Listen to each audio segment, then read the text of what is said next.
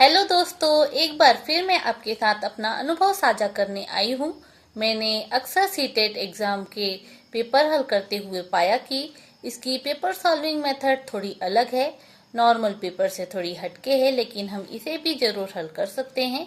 जैसे कि हम यदि सीटेट में सही जोड़ी हल करते हैं तो इसमें जो सबसे ज़्यादा कट जाता है, जैसे हम सीधे में देखते हैं कि ए 2 ऐसे दिया हो और वो जिसमें सबसे ज़्यादा कटता है तो वो इसकी सही जोड़ी बिल्कुल नहीं होती।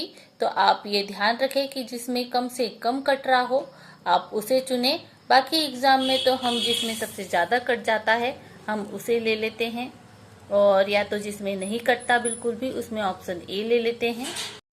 मैं आपको ये समझाने की कोशिश कर रही हूँ कि जिसमें सबसे ज़्यादा कॉमन ऑप्शन आते हैं सही जोड़ी मिलाते हुए आपको उसे छोड़ना है, और जिसमें कम कॉमन ऑप्शन आते हैं उसे आपको चुनना है, क्योंकि यहाँ पर एग्जामिनर फंसाने की कोशिश कर रहा है। क्योंकि सीटेट आजकल क्वालिफाइंग हो गया है, सभी को क्वालिफाई करना बहुत ही अनिवार्य है। और दूसरा, इसमें वो कथन कारण से खेलते हैं कि किसी किसी कथन कारण में ए और आर दोनों सही होते हैं लेकिन व्याख्या सही नहीं होती। लेकिन फिर भी हमको हमेशा पॉजिटिव की तरफ ही जाना है।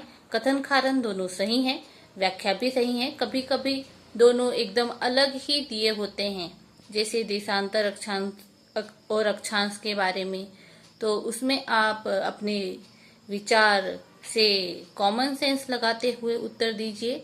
और सीटेट पेपर में कॉमन सेंस बहुत ही ज़्यादा दौड़ता है कि कहीं ऊपर हमें प्रश्न में कोई बात कही गई हो और नीचे 3 विकल्प उससे बिल्कुल हटकर हों, और एक ही ऑप्शन हमारे प्रश्न से मैच कर रहा हो, तो हमें 3 अलग ऑप्शन को छोड़ के जो एक हमारा प्रश्न से मिलता जुलता ऑप्शन है उसे चुनना होता है।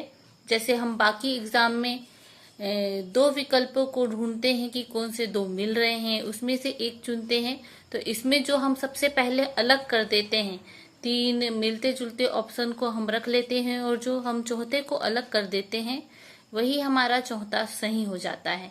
अब और भी है सीटेट में, जैसे हम कैसे बताऊं कि 3 ऑप्शन एकदम हिंदी में दिए हुए हैं और एक हमारा इंग्लिश में आ गया है। तो जो वो इंग्लिश वाला है वो थोड़ा विशेष है, उसको आप पकड़ लीजिए और उसको आप उत्तर दे दीजिए। ऐसे ही यदि 3 इंग्लिश में हैं और एक हिंदी में दिया है तो आप उसे भी चुन सकते हैं। एक ऑप्शन जिसमें ब्रैकेट वगैरह बनाकर दिए हैं तो आप उसे भी चुन सकते हैं। और कोई प्रोनाउंस करते समय हमारी जुबान अटकती है, क्लिष्ट सा लगता है, तो आप सीटेट में उसे भी चुन सकते हैं। सीटेट में आपको पॉजिटिव नेगेटिव का पूरा ध्यान देना है कि आपका प्रश्न पॉजिटिव है कि नेगेटिव है।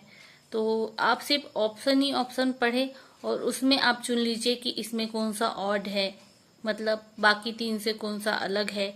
ऐसे वाले में सीटेट में ज़्यादा प्रश्न पूछे जा रहे हैं आजकल, और जहाँ पर बहुत सारे कथन कारण दिए हैं और उसमें दिया रहता है कि केवल ये सही वो सही, मतलब 1 2 3 ऐसे सही, तो इसमें उपरोक्त सभी आपको बहुत कम देखने को मिलेगा। तो इसमें आपको उपरोक्त सभी से बचकर चलना है, नहीं तो यदि एक आध नेगेटिव मार्किंग आ गई तो आपके पूरे के पूरे नंबर कटेंगे। इसमें उपरोक्त सभी बहुत ही रेयर सही होता है, इनमें से कोई नहीं भी इसमें बिल्कुल सही नहीं होता है।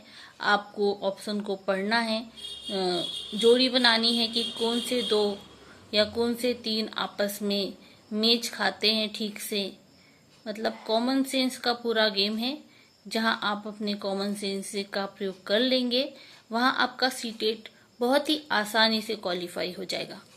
सीटेट में एक और ट्रिक लगती है कि सबसे लंबा वाला जो विकल्प में बहुत ज़्यादा व्याख्या दी हो, बहुत ज़्यादा समझाने की कोशिश की गई है। कई बार सीटेट का पेपर आजकल तो हमेशा ही इतना बड़ा होता है, इतने सारे कथन कारण और वाक्य दिए होते हैं कि आपको पढ़ते पढ़ते समय कहाँ चला जाएगा तो पता ही नहीं चलेगा। फिर आपको ना चाहते हुए भी तुक्का मारना ही पड़ता है। तो आप सबसे बड़े बड़े वाले पे अपना फटाफट टिक लगा सकते हैं। 3 से जो हटके दिखता है उसे ट्रिक लगा सकते हैं। तो इससे आपका क्वालिफाई तो आराम से हो जाएगा। इसी प्रकार की और भी इंफॉर्मेशन या ट्रिक जानने के लिए आप मेरे चैनल को सब्सक्राइब कर सकते हैं, लाइक कर सकते हैं। Thank you.